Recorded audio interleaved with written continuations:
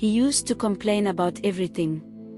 And I don't mean just the occasional annoyance or a bad day's grumble. No, this man would wake up in the morning already searching for something to complain about.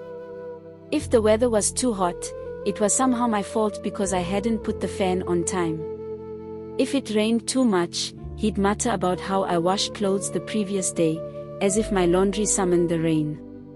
The most frustrating part: every little expense, whether necessary or not, was treated like I was draining his life savings. I remember once I added extra stew to my rice. I've always loved my rice swimming in rich, peppery stew. It makes it easier to eat and reminds me of home. But as I sat down to enjoy my meal, he looked at my plate like I'd poured hot oil on his dreams. "You're trying to bankrupt me, aren't you?" he snapped. I laughed, thinking he was joking. But he wasn't. He repeated it, seriously, saying I was wasteful, saying I didn't know how to manage a home. If the toothpaste ran out too quickly, it was because I was squeezing like I was washing clothes. If the sugar finished, it was my reckless tea drinking.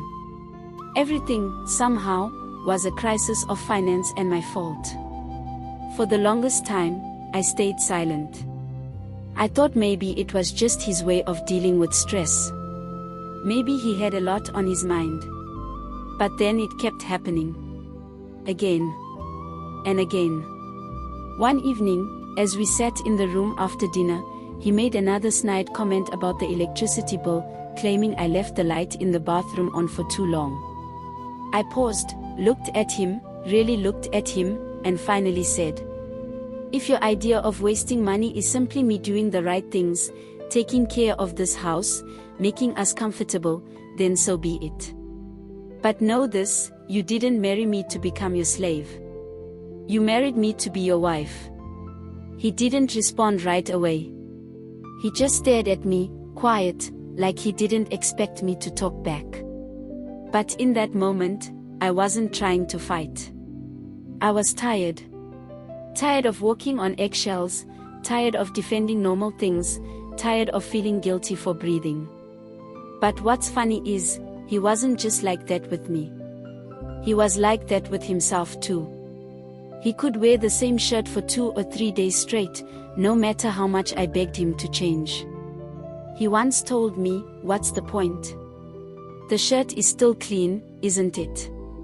I'd have to remind him, gently, that just because something isn't dirty doesn't mean it should be worn endlessly. If I left fried chicken in the pot for him, soft, well-seasoned, juicy pieces, he wouldn't eat it all. He'd cut one piece in half, eat it slowly, then wrap the rest up like it was gold. He once said, "If I eat it all now, what will I have tomorrow? And our bathing soap?" He wouldn't just use it, he'd slice it into 5 equal parts.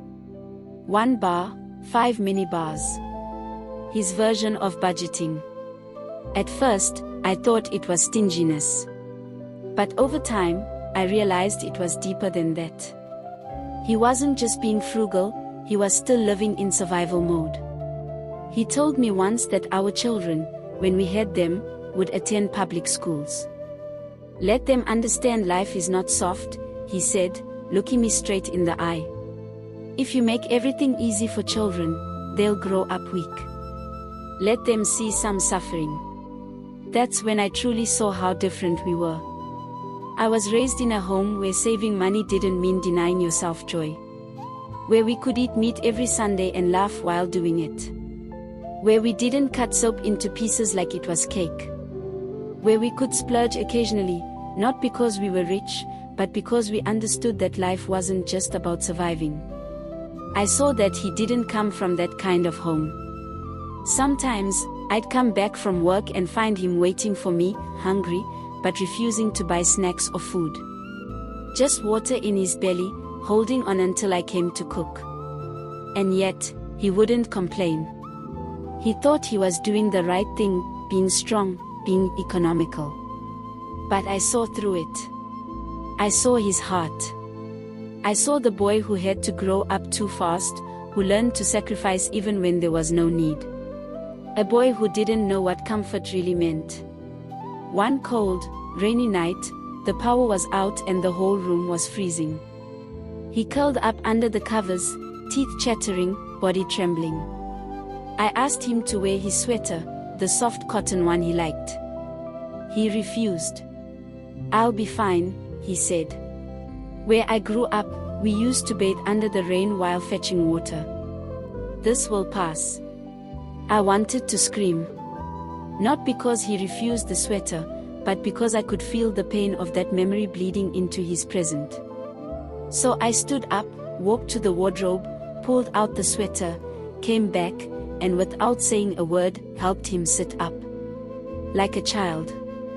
I gently slipped it over his head, pulled his arms through the sleeves, and tucked him back in. He looked at me, confused. I just smiled and whispered, "You'll be fine. I've got you." And in that moment, something shifted. I realized I wasn't just his wife.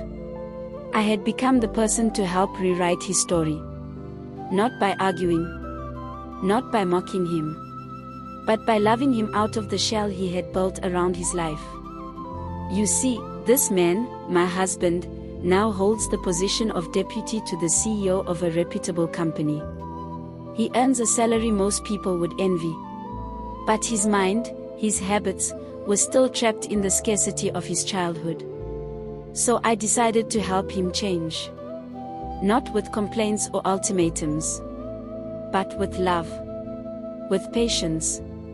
With soft corrections, warm kisses, playful jokes, and quiet reassurance.